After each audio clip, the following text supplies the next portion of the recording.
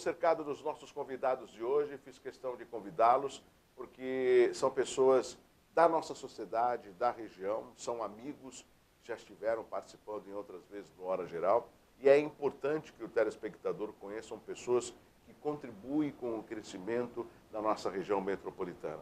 Aqui à minha esquerda, o Alex Mendes, que vai participar do programa de hoje, junto com o seu irmão, que está aqui à minha direita, o Paulo Mendes, né? Ambos são empresários do Grupo Mendes e nós, do Hora Geral, já tivemos por muitas vezes entrevistando o saudoso Armênio Mendes, que são os pais dos nossos convidados. Por que eu quis, amigos do Hora Geral, provocar esse programa? Porque nós precisamos de pessoas que pensem grande e que desenvolvam a nossa região no potencial turístico, no potencial da construção civil, no potencial da qualificação da mão de obra. O meu telespectador sabe que sempre quando eu trago os meus convidados, eu trago com o intuito que eles ofereçam algo de importante em prol da nossa região. Inclusive, nós estamos aqui com o Alex Mendes que ocupa um cargo importante também, que é do Costa da Mata Atlântica, mudou agora, né? É Costa da Mata Atlântica. Costa da Mata Atlântica Convention Visitors Bureau. Visitors Bureau, ou seja, que é responsável pelo turismo, né, da nossa região, pegando as 9 cidades da região metropolitana. No dia do evento, o Alex não pôde comparecer, mas mandou o Alexandre Nunes, que participou com a gente aqui no Hora Geral.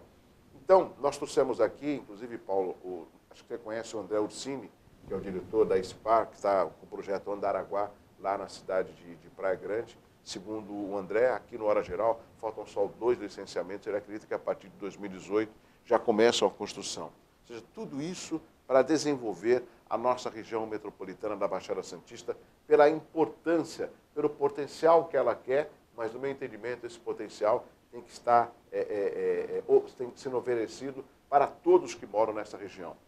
E a equipe do Hora Geral reservou um vídeo, né, da última participação do nosso amigo, sempre amigo Armênio Mendes, quando ele concedeu uma entrevista num dos grandes empreendimentos que recentemente foi entregue, que é o Corporate. E nós vamos rever e depois eu quero perguntar, tanto para o Paulo, para o Alex Mendes, o que muda a partir de agora no Grupo Mendes. Vamos rever o vídeo, vamos lá. Eu só tenho que agradecer a toda a população da cidade, porque se não fossem eles me estimulando, me empurrando para frente, certamente nada disso teria acontecido, né? Então eu tenho mais que agradecer todos os dias a todos. Não é esse agradecimento aqui, é o meu agradecimento diário às pessoas que têm me apoiando vêm me apoiando ao longo da vida, né? Paulo, essas palavras do senhor Armênio Mendes, é assim que nós o tratávamos, era uma palavra de quem sempre retribuía aquilo que a sociedade cobrava. De uma cidade muito mais bem preparada, de uma cidade que pudesse fazer parte do circuito do turismo, ou seja, uma cidade que tivesse um destaque significativo se comparado à principal capital do Brasil, que é São Paulo, né? Isso sempre chancelado pelo Armênio Mendes, pelo Grupo Mendes. O que muda a partir de agora, positivamente para a nossa região, Paulo? Para a nossa região? Porque o seu pai deixou um legado, e eu acredito que vocês vão continuar com ele, né? Com certeza. Para o grupo, o que muda é a ausência dele, né? Eu acho que a ausência dele e talvez o tamanho da nossa responsabilidade agora na frente do grupo. Falou minha e do meu irmão. A gente viu o carinho que todos tinham por ele, o respeito, a consideração, né? Isso fez com que a nossa responsabilidade aumentasse bastante, né? O nosso trabalho agora é fazer que o nome dele continue sempre sendo lembrado no mais alto padrão de qualidade daquilo que o grupo entrega, com a maior credibilidade que o grupo sempre gozou. Então, eu acho que esse é a nossa obrigação. Com relação a Santos, a Baixada, eu acho que a gente vai ter e a gente vai continuar o trabalho que meu pai sempre desenvolveu com relação ao grupo e pensando sempre de uma forma mais ampla, né, o desenvolvimento da cidade, fazendo com que a cidade ganhe cada vez mais destaque. Agora, é interessante, Alex, que eu me lembro, desde a época do Telejornal Opinião, que seu pai sempre participava, ele sempre teve um pensamento sempre à frente do seu tempo. E isso não sou eu quem digo, é a população, somos empresários, até empresários de outros estados. Nós não tínhamos um centro de convenções justamente para que a gente pudesse ter grandes expositores e colocar a cidade de Santos nesse circuito. Parece que no primeiro ano da entrega já tinha alguns agendamentos, me corrija, hoje parece que já tem agendamento para 2020, 2025, de reservas para grandes eventos no Centro de Convenções, que também é uma obra do Grupo Mendes. Sempre foi um visionário, né, como você falou. Ele, acho que eu posso dizer que ele amava mais Santos do que muitos santistas. Né? Verdade. Ele incorporou essa cidade quando veio para cá, escolheu ela para viver e para falecer. E é por isso que ele fazia isso tudo. Então ele tentava buscar, nas viagens que ele fazia, em tudo aquilo que passava na frente dele, o que disso a gente pode estar aproveitando para Santos. E mesmo se antecipando em algumas épocas, ele sempre lutava para que aquilo acontecesse. Isso aconteceu com o Shopping Miramar, isso aconteceu com o Shopping Praia Mar, com o Centro de Convenções. Então teve várias situações aí que ele provou isso e provou também que não estava errado, né? Esse é um grande mérito que ele tinha e agora é um grande desafio nosso tentar continuar esse legado dele aí. Com relação ao Centro de Convenções, de fato, há 15 anos atrás a gente inaugurou o Centro de Convenções, era um ícone na época, né? Não só para Santos, mas como para o Brasil, para o Estado, não tinham tantos assim. E a agenda estava bastante procurada. Hoje em dia a gente tem um pouco mais de dificuldade nisso por culpa da concorrência que aumentou com a cidade de São Paulo, porque os próprios centros de convenções da cidade de São Paulo, eles melhoraram sua concepção, eles aumentaram o volume, né? Então tem mais hoje concorrência do que tinha na época. Isso dificulta um pouco a nossa parte. Não tínhamos a parte hoteleira que sustentasse o centro de convenções. Hoje, mais recentemente, agora dobrou a quantidade de quartos. Então, para que isso faça algum efeito prático na nossa agenda, isso demora alguns anos. E a gente está pensando bastante positivo com relação a isso. Mas, mesmo assim, a gente tem agenda aí para alguns eventos até 2022, de fato. Já agendados? Já agendados. Agora, na parte de construção, a gente sabe que são construções inovadoras. E numa das entrevistas que nós fizemos na época, até na cobertura do Corporate, Paulo, foi pensado em empreendimentos de uma forma grandiosa. Eu não sei, mas você vai me explicar melhor. Parece que tem espaço para 4 helicópteros, é isso mesmo? Ali no Corporate, que tem ali na Alexandre Martins, a gente tem o Ville de France, na Guaiaó, né? Guaiaó, nós temos ali o Corporate, e parece que também tem um hotel que em breve vai ser entregue ali naquele complexo. Exatamente, o complexo é multiuso. São 400 salas corporativas, 100 apartamentos residenciais e 213 unidades da bandeira Sheraton. Né? O L-ponto são 2 L-pontos e um de aproximação, né? Com capacidade para 4 aeronaves, tendo hangaragem no próprio Corporate. Né? Ele é o nosso maior empreendimento até hoje construído. Foi um ícone, foi um divisor de águas para a gente. Inclusive ele se une ao Praia Mar por intermédio de uma passarela. Né? Isso faz com que o fluxo seja muito mais dinâmico. Passarela pública, né? Passarela pública, né? Tem elevadores. Você, para adentrar a passarela, você não precisa entrar nem no shopping, nem no Corporate. Tem elevadores tanto do lado do Corporate como no lado do shopping. Mas facilita muito o trânsito entre as duas unidades, fazendo com que o fluxo de carros não seja prejudicado. Outra coisa, nós estamos com imagem, inclusive, né, da produção. Nós temos a passarela, a gente tem ali o Outback que não tinha em Santos, né, Paulo? O Outback estava tentando entrar em Santos pelo menos há 5 anos. A gente já vinha conversando com o Outback há 5 anos. Eles queriam um lugar no Praia Mar, queriam uma área que hoje ocupam aí no Corporate, que é em torno de 600 metros, mas a gente não conseguia. Eles procuraram outros lugares na cidade, mas nenhum que eles achassem que seja de acordo com o padrão que eles exigiam. E quando a gente lançou o prédio, a gente comunicou para eles que existia uma oportunidade lá no Corporate e eles na hora aceitaram e fecharam conosco, né? O sucesso do Outback é extraordinário, ele superou em muito a expectativa que o próprio Outback tinha com relação à cidade. Isso mostra a pujança da cidade, né? A pujança da cidade e a receptividade que o Outback teve com relação ao cidadão santista. Agora, Alex, a gente sabe que nas grandes metrópoles, São Paulo, inclusive no exterior, ou seja, é natural, você vem de helicóptero, você acaba descendo no mesmo prédio, você vai para uma reunião de empresários, você fecha o negócio, depois você sobe, você pega o seu helicóptero, vai para São Paulo, ou vai para o Rio, vai para o... Ou seja, hoje o mundo, a globalização te permite isso. E quando a gente fala de uma pessoa visionária, que era o senhor Armênio, ele já pensava no potencial da região. Qual a relação com relação a empreendimentos que poderiam estar sendo implementados quando a gente compara a iniciativa privada com o governo? Por exemplo, se nós tivéssemos o aeroporto civil funcionando, se a gente tivesse uma terceira pista da Imigrantes, se nós tivéssemos uma proximidade maior em termos de segurança para as cidades que compõem a região metropolitana, você acha que nós estaríamos tendo um destaque diferencial no Brasil? Olha, com certeza, tá? Mas de todos esses pontos que você levantou, eu acho que a terceira pista da Imigrantes para a gente é bastante importante.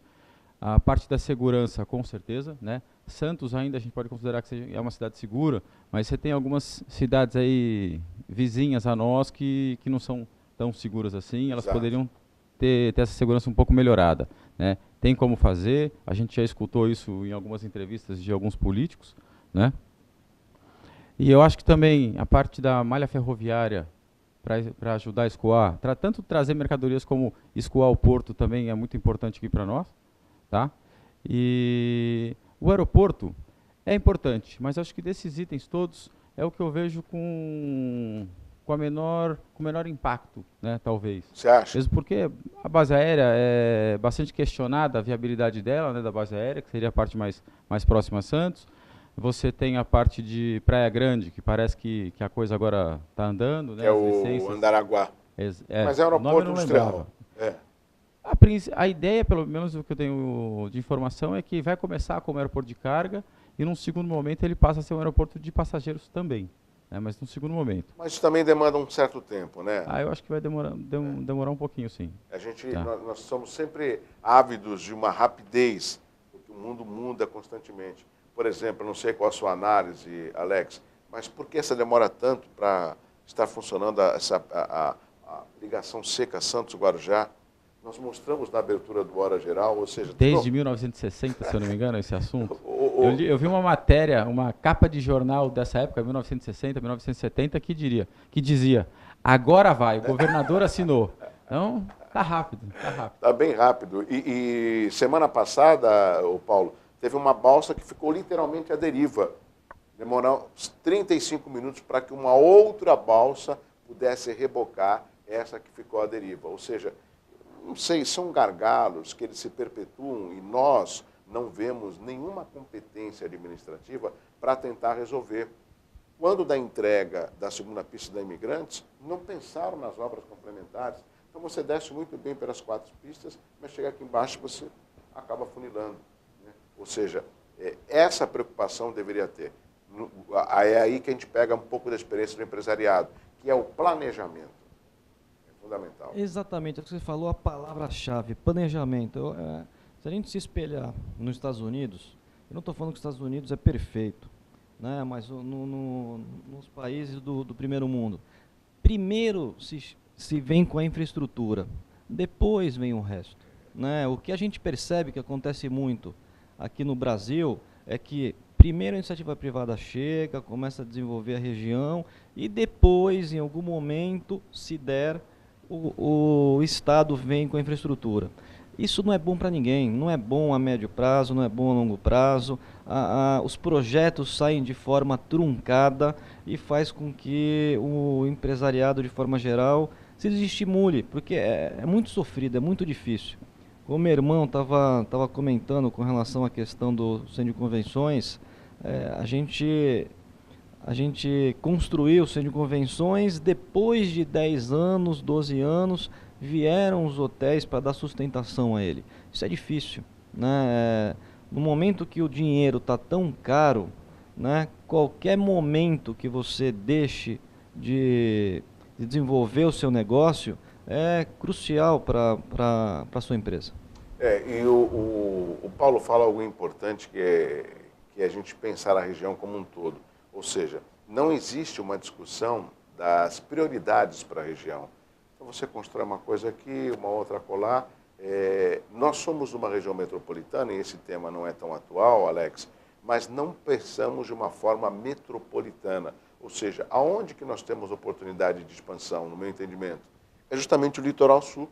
Você pode ver que nessa temporada, ou nas temporadas, a gente já vem observando o aumento do número de habitantes, principalmente em Praia Grande, Itanhaém, né, Peruíbe, ou seja, por onde tem onde se expandir. Porque quando vem esse grande número de turistas do litoral, do interior ou da capital para o nosso litoral, eles não ficam só em Santos. Pelo contrário, a maioria fica justamente no litoral sul. Eu acho que é aí que a gente poderia pensar de uma forma grande, né? E você conhece muito bem turismo.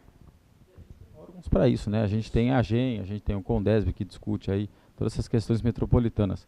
Mas acho que a palavra que vocês usaram, que é o planejamento, esse é o nosso maior problema, né? Mas eu não digo nosso pontual aqui da nossa região, da nossa cidade. É um problema cultural brasileiro. O planejamento que existe é um planejamento de 4 anos, é um planejamento eleitoreiro, né? Então, em alguns outros lugares, e na verdade tem até exemplos aqui no Brasil que eles fazem alguns planejamentos a médio e longo prazo. Sim. Tem Marília, se eu não me engano, acho que é Marília. É o aeroporto, né? Que existe um planejamento. Então, é uma das duas. Agora eu também estou fazendo confusão. Mas o empresariado, junto com o poder público, eles criam um planejamento para 20 anos e, entre aspas, o poder público é obrigado a cumprir aquilo que foi definido por todos, né? Porque senão perde apoio, perde uma série de coisas. E acho que isso é um modelo a ser seguido, porque aí sim a gente começa a dar prioridades para as coisas, né? Não é só aquela prioridade do voto, é a prioridade de fato. E acho que isso ajudaria muito a gente a evoluir. Nós estamos conversando no Hora Geral com o Alex Mendes e o Paulo Mendes, empresários do Grupo Mendes, no programa de hoje. Tem um outro aspecto também, que o Grupo Mendes acabou dando aí uma sobrevida aos clubes da Orla, num momento importante, onde nós tínhamos Saldanha da Gama, Vasco da Gama, Regatas, Internacional, e desses que eu citei, os que sobrevivem é o Internacional, o Vasco da Gama, né, e o Saldanha recentemente entregue. Lembrando que o Saldanha e o Vasco da Gama, eles entraram numa parceria com o Grupo Mendes, que acabou revitalizando, que com isso acabou trazendo vida aos clubes. E parece que também foi o Brasil, nós tivemos inclusive no evento, eu e o Sérgio Mendes, e tem um outro projeto da Portuguesa Santista. Esse projeto da Portuguesa, ele vai acontecer mesmo, Paulo? E se o SPU também quiser.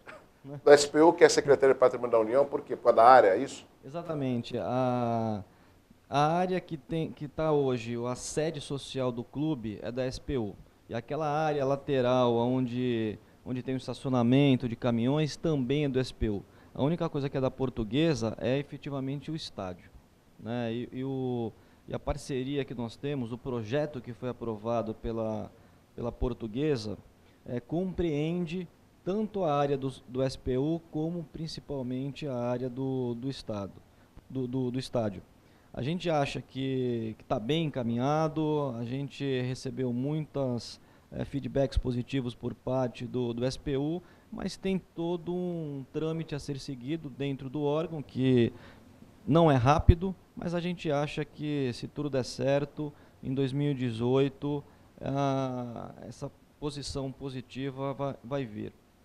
Com relação aos outros clubes, né, o Saldanha, o Regatas e o Brasil, a preocupação do grupo foi fazer com que ele tivesse não uma sobrevida, que ele tivesse uma perenidade, né? Não adianta a gente simplesmente reconstruir o clube e fazer com que eles continuassem com os mesmos problemas que eles têm, que é depender única, exclusivamente do associado, né? A gente tentou dar um outro caráter a eles, né? Fazer com que eles tivessem uma vida independente do associado, mas privilegiando o associado, que eu acho que é a função do clube, é por isso que ele existe, para que ele não, depois de 10, 20, 30, 40 anos, ele não se encontrasse no momento que ele se encontrou até fazer a parceria conosco.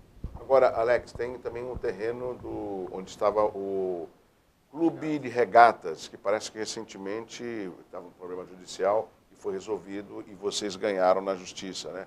O que vai ser feito ali? Tem algum projeto? 2 leilões, na verdade. Houve um leilão, nós arrematamos esse leilão, aí por algum motivo ele foi questionado e invalidado, aí houve um segundo leilão, nós compramos no segundo leilão, né? E lá é uma área enorme, né?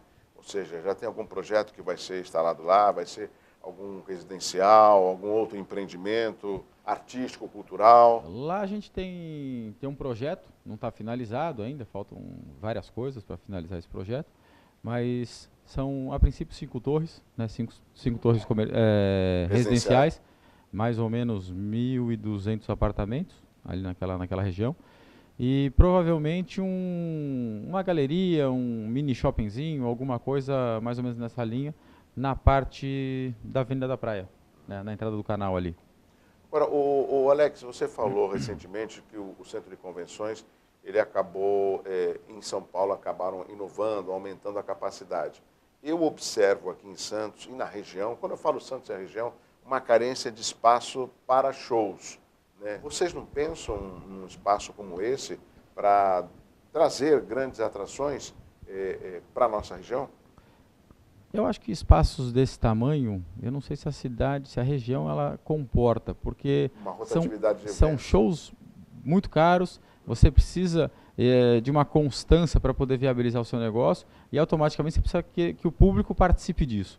Então eu não sei se com uma sequência grande de shows, se a região comporta esse volume de ingressos que é necessário ser vendido e também o volume de patrocínio que também exige esse tipo de negócio, né? Você pega uma casa de show dessas, o antigo Critical Hall, que agora é HSBC Hall, por exemplo, boa parte da manutenção desse espaço são as vendas anuais, né, porque são vendidos de forma anual, não de forma por show, dos camarotes que existem ali. Então eles bancam boa parte desse custo e desses investimentos que eles precisam. E aqui eu acho que isso dificultaria um pouco. E a gente observa essa carência de espaço para shows. Tem muitos shows que a gente vê ali no centro de convenções que acomodam um número significativo. Mas às vezes, quando eu vejo que poderia ser um local maior ainda. Eu vejo quando... Não, de fato. E existe espaço para isso. Você pega ali o próprio Portuários, né? Portuários, o Concais, agora está proibido, Terminal, mas fizeram vários shows ali para 10, 12, 15 mil pessoas. Então, pontualmente, a cidade com certeza comporta esse número de pessoas num show, mas de forma mais constante é que eu fico um pouco receoso. Deixa eu aproveitar aqui os empresários do Grupo Mendes para tocar num outro assunto. Já nós temos perguntas que estão chegando pelo 981387000. Paulo, nós temos um problema muito grande aqui de falta de habitações. Temos um déficit habitacional muito significativo. O Grupo Mendes, por acaso, já passou pela cabeça, já chegou a discutir a construção de unidades habitacionais para trabalhadores, para pessoas de baixa renda, para tentar, eu observo, eu estou sempre ali no Morro da Nova Sintra com meu amigo Cido, são várias pessoas que moram, por exemplo, nos morros de Santos, clamam por moradias, e são pessoas, às vezes, Paulo, que pagam 800 mil reais de aluguel, que é um valor que poderia estar pagando o financiamento de um apartamento. E eu sei que o Grupo Mendes tem um foco específico na construção civil. Já passou pela cabeça de vocês? Vocês já chegaram a ter alguma conversa de construir unidades habitacionais para pessoas carentes, ou seja, que tem aí uma faixa de renda pequena? Eu acho que você usou a palavra importante, foco. Isso. Eu acho que hoje o nosso momento no grupo é ter foco, né? E no que diz respeito à parte de incorporação, nosso foco é continuar crescendo e continuar crescendo no padrão que a gente sempre construiu, sempre entregou, né? É uma construção para Minha Casa Minha Vida, uma construção popular, é uma construção diferente. Talvez a gente não esteja preparado para entrar nesse segmento, né? Eu acho que quando você se dispõe a fazer alguma coisa, você tem que fazer da melhor forma possível. E hoje o foco do grupo é continuar no padrão de classe média alta. Eu fiz essa pergunta, Alex. Lógico.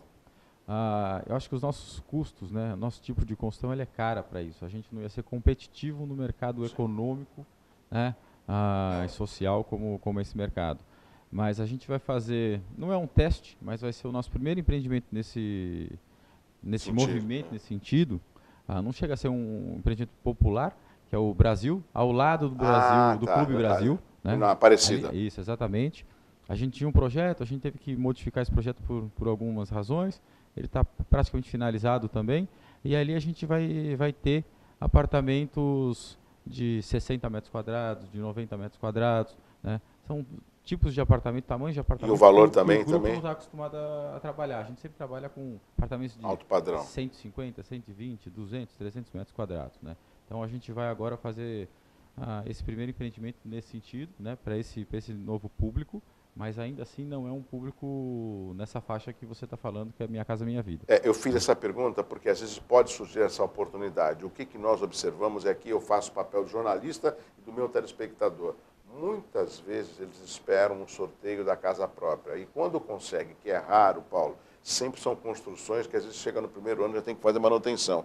Isso aí é uma bronca que eu dou publicamente para a Secretaria de Habitação do Estado de São Paulo, aí leia-se Coab, leia-se CDHU, eu não sei por que para fazer para a população de baixa renda tem que ser da pior qualidade. Há possibilidade, não sou construtor, mas de fazer algo não de alto padrão, mas de uma qualidade que pelo menos dure e que possa dar um valor muito grande para aquela pessoa que depende de uma moradia.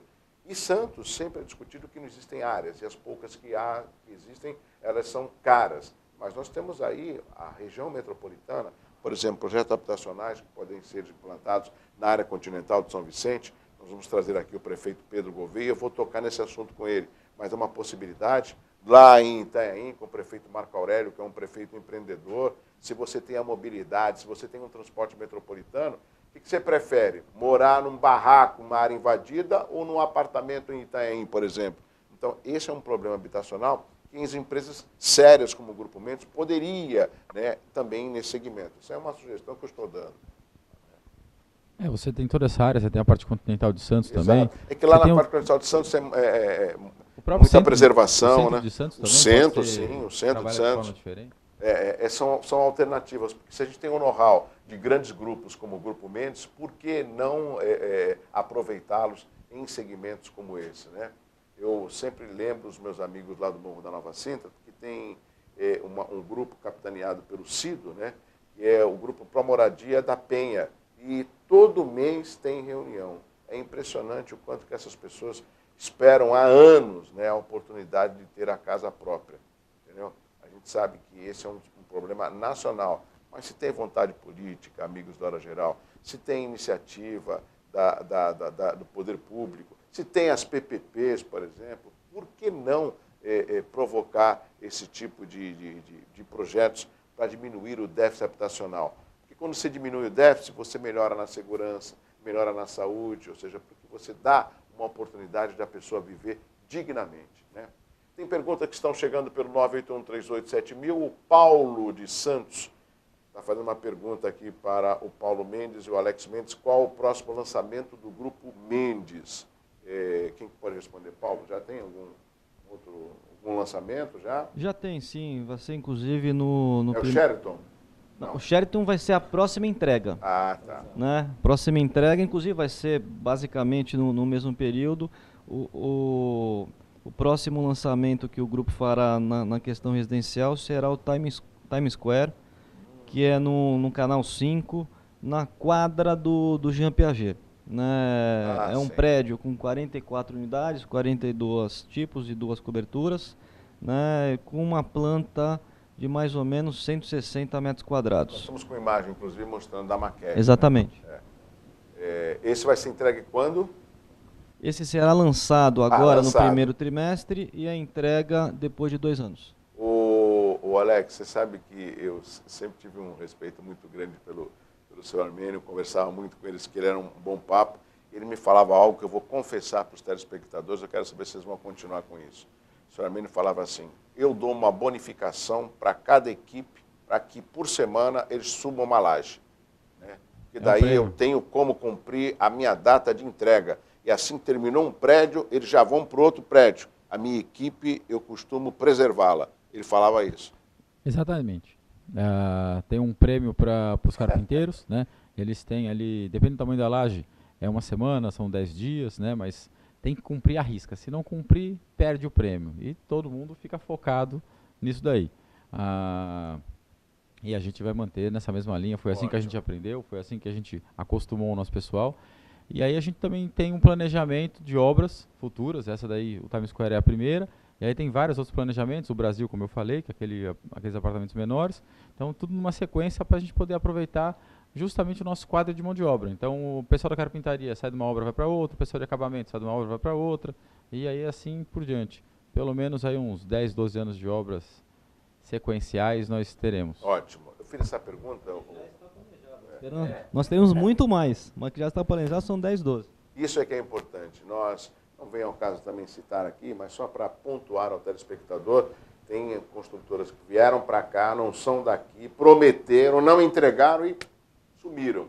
Então, acho que é a responsabilidade quando você chancela o nome de um grupo que leva o nome da família. Né? Eu acho que vocês prezam muito por isso, é só a gente observar. E eu me lembro também que Santos teve o primeiro prédio com elevador panorâmica, que foi do Grupo Mendes.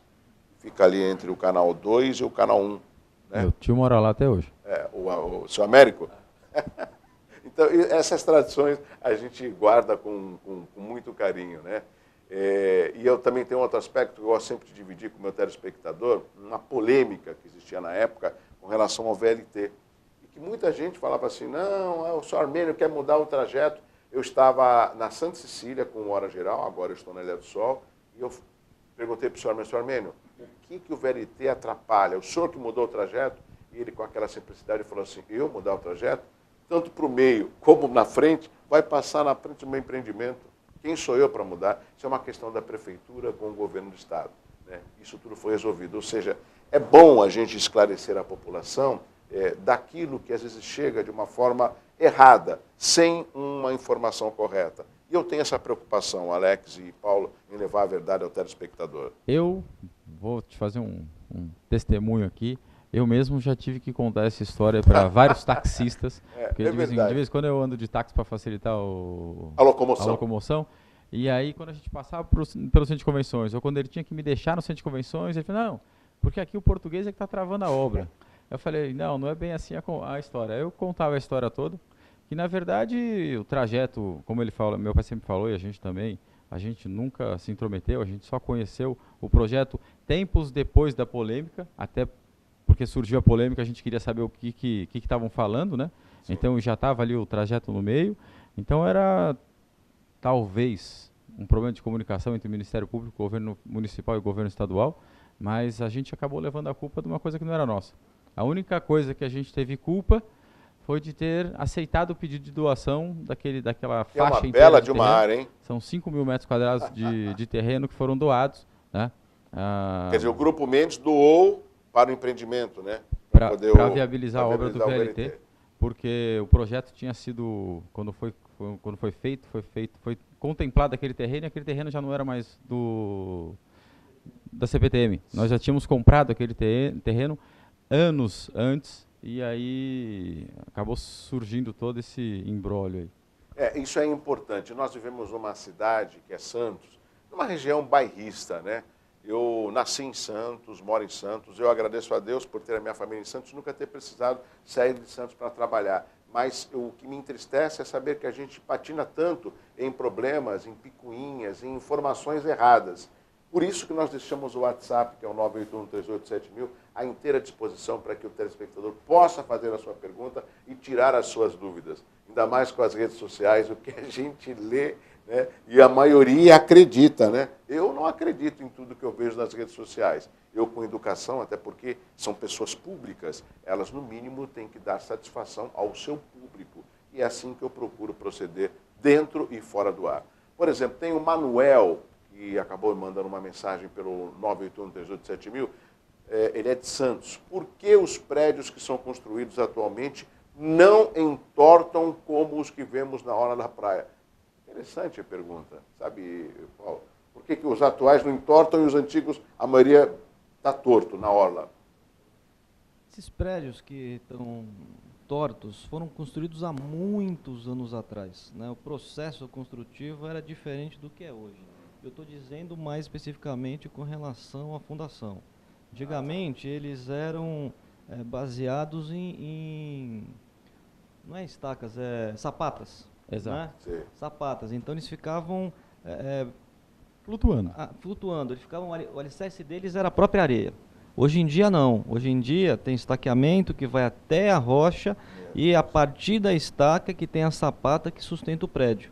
Né? Então, os prédios de hoje, até por conta da altura, né, depois que liberaram o gabarito, essa liberação foi feita no governo do Beto Mansur, né, ou seja, a carga é muito maior do que tem hoje, consequentemente o processo construtivo é diferente, mas mesmo com o mesmo tamanho já seria construído da forma que é hoje. Se eu puder complementar também só um pouco a sua resposta. O solo de Santos e o solo de uma cidade do México são os dois piores solos do mundo, né? México e Santos? É, México e Santos. Fomos barato. contemplados. E na Copa do Mundo eles estavam aqui, né? Parece brincadeira. Mas, até por culpa disso, então o prédio era construído em cima da sapata, como o Paulo falou, ficava flutuando na areia. Aí, se fosse construindo um prédio ao lado, mais pesado do que ele, fazia com que essa areia se movimentasse e o prédio tinha que se acomodar novamente. E acabava entortando. Então, você pode reparar que isso foi durante alguns anos, né, os anos de construção dos seus prédios vizinhos. Aí foram ocasionando essa inclinação. Inclinação. E o que eu me lembro também, eu me lembro de dois prédios que são tortos. Um, inclusive, que que existe, o Núncio Malzone. Eles gastaram um dinheiro altíssimo para recompor, para deixar no plumo. Foi o único, acho que foi arrumado, Foi. se eu não me engano. Tanto é que o Núncio Malzone tem um outro bloco no fundo, eles não fizeram porque é muito caro. Esse prédio, se você está de costas para o mar, ele fica do seu lado esquerdo da Pinacoteca Benedito Calixto. E esse que é emblemático, que é o Excelsior, que fica ali no Canal 4, né, até onde há pouco tempo tinha ali o Bar do Torto que não existe mais, que é a Siqueira Campos, Canal 4, com a Avenida da Praia. Esse, se você está de costas para o mar e olha para o Excelsior, é impressionante, que ele está bem penso, chegou até a ser matéria do Fantástico, né? E tem outros prédios tortos.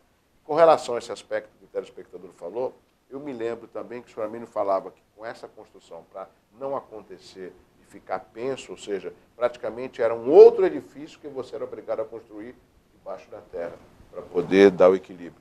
São 60 metros. 60 metros, exatamente. E quando nós mostramos o empreendimento, que vou colocar de novo, que vai ser entregue ali no Canal 5, dá para a gente ver o tamanho do prédio.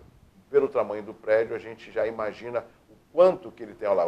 Ele acaba Esse estourando, prédio né? aí vai ter 81 metros de altura e você considera que praticamente a mesma altura dele vai estar para baixo, que são 60. Impressionante, né? Olha, a produção, Alex Mendes e Paulo Mendes, a produção da Hora Geral encontrou duas manchetes do jornal falando sobre a ponte ligando Santos ao Guarujá. O primeiro é o Jornal da Baixada, de 1973. Olha lá, colocamos ali. Faz 1960. 73 eu tinha 10 anos. Ó. E o próximo é um anúncio de um curso de arquitetura de 71, com a seguinte manchete, abre aspas, agora vai sair a ponte Santos-Guarujá. Fecha 1971. É aí, amigos do Hora Geral, amigos convidados, que a gente precisa ter um pouco mais de seriedade quando estamos no poder público. Tem gente, viu, que não gosta quando eu falo do PSDB, mas o PSDB está há 22 anos à frente do governo do Estado. Poderia promover algumas dessas mudanças e não pagar o mico que o Gé Serra pagou entregando a maquete de uma ponte que tinha 85... é simples, eu não sou muito afeto à matemática, mas o Alex Mendes falou que o edifício que eles vão entregar no 45 tem 85 metros, né? Você falou? 81. 81 metros. E a maquete, quando o Gé Serra esteve aqui, ia ter 85 metros de altura. Inadmissível, né? Que recuo que você teria, quantos quilômetros de recuo para você atingir essa altura. Então são essas coisas que a gente não pode brincar quando se trata de projetos importantes para a nossa região. Por isso que o Hora Geral contribui com a informação correta. A Suzana, de Praia Grande, faz a seguinte pergunta. Tem algum projeto para lançamento de empreendimentos aqui na Praia Grande? Tem, Paulo? Deve estar se referindo a residencial. Sim. Residencial, nós não temos nenhum projeto. A gente tem um estudo, né, de um shopping para Praia Grande. Né? Esse shopping é num terreno em frente à prefeitura e, para ter uma ideia de tamanho, ele vai ser 1,5 vezes o tamanho do Praia Mar. Mas por enquanto é apenas um estudo. Excelente. Estamos chegando quase no final do Hora Geral. Eu vou deixar aqui 30 segundos para as considerações finais do Alex Mendes e também do Paulo Mendes, e depois eu vou chamar os aniversariantes de hoje. Alex, as suas considerações finais, e encontre sempre aqui no Hora Geral um espaço para as ações do Grupo Mendes. A nossa amizade, ela só se perpetua porque vocês são empresários que pensam grande na nossa região. Obrigado pela participação, Alex. Eu que agradeço. Tá? É sempre um prazer estar aqui com você, vir aqui bater papo. Tá? Agradeço os teus telespectadores aí pela tua audiência. E basicamente é isso. E estamos sempre à disposição. Quando quiser convidar, voltaremos. Sim. Obrigado. Mande um beijo para a dona Celeste Mendes. Pode deixar. Sua mãe, será dado. Sempre acompanhando a Hora Geral. E você também, Paulo. 30 segundos para suas considerações finais. Obrigado pela sua participação. Obrigado a você, Douglas. É sempre um prazer estar com você, com seus telespectadores. E dizer que, acho que numa das primeiras perguntas, você falou que muda com relação à ausência do nosso pai. Muda simplesmente a ausência dele. É algo emblemático, mas ele deixou, tanto em mim como no meu irmão e no grupo inteiro, um senso de responsabilidade muito grande com aquilo que a gente se compromete a fazer e de como a gente entrega, e sempre ensinou para a gente que a gente tem que respeitar demais o nosso cliente. Né? Isso vai continuar vivo, é o legado dele, e a nossa responsabilidade é manter isso sempre mais alto nível. Perfeito. Chegamos ao final de mais uma edição do Hora Geral. Um abraço assim, ó, muito forte para você. Tchau, tchau.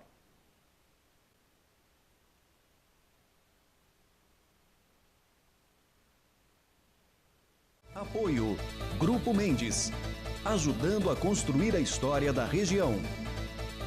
New York Shake Ice Cream, o milkshake mais saboroso do mundo.